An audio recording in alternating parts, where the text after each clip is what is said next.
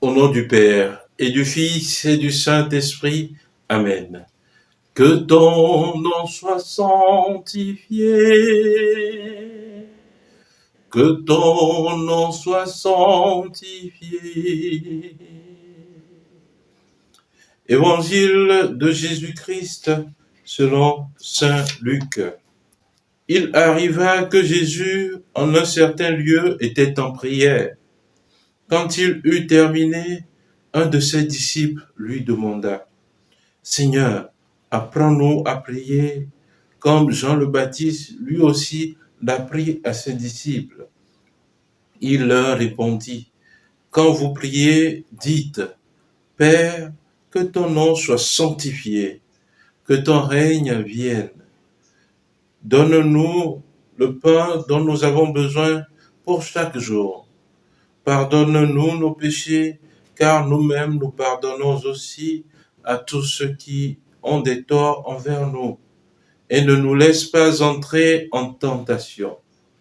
Acclamons la parole de Dieu. Louange à toi, Seigneur Jésus. Bien-aimé de Dieu, paix et joie à vous. Le Seigneur nous réveille encore ce matin, nous aide à aller de l'avant avec lui. Et spécialement dans la méditation de ce jour, le Seigneur nous apprend une prière, la prière du Notre Père. D'abord, l'Évangile nous dit que Jésus eut prié et ses disciples, après avoir vu Jésus prier, l'invitèrent à leur apprendre eux aussi la prière, un signe de reconnaissance, comme Jean-Baptiste avec ses disciples. Alors Jésus leur enseigna cette prière du Notre Père. Bien-aimés, cela nous interpelle et nous demande d'être des modèles de prière pour nos frères et sœurs, pour ma maison, pour ma famille, pour mon église. Est-ce que je suis un modèle de prière, d'homme de prière? Deuxième état de choses, Jésus nous enseigne que Dieu est notre Père.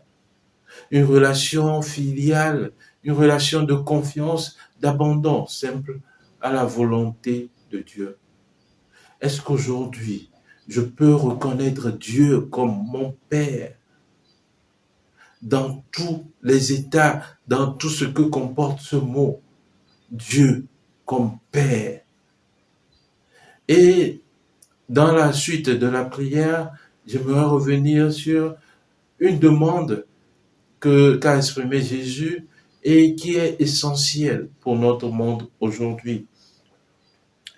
Pardonne-nous nos péchés, car nous-mêmes, nous pardonnons aussi à tous ceux qui ont des torts envers nous. Car nous-mêmes, nous pardonnons à tous ceux qui ont des torts envers nous. C'est d'abord nous qui prenons la route du pardon et ensuite Dieu nous pardonne. Si nous n'acceptons pas pardonner à nos frères, à nos sœurs, combien de fois voudrions-nous que nos prières soient exaucées? Il nous faut offrir le pardon à qui en a besoin.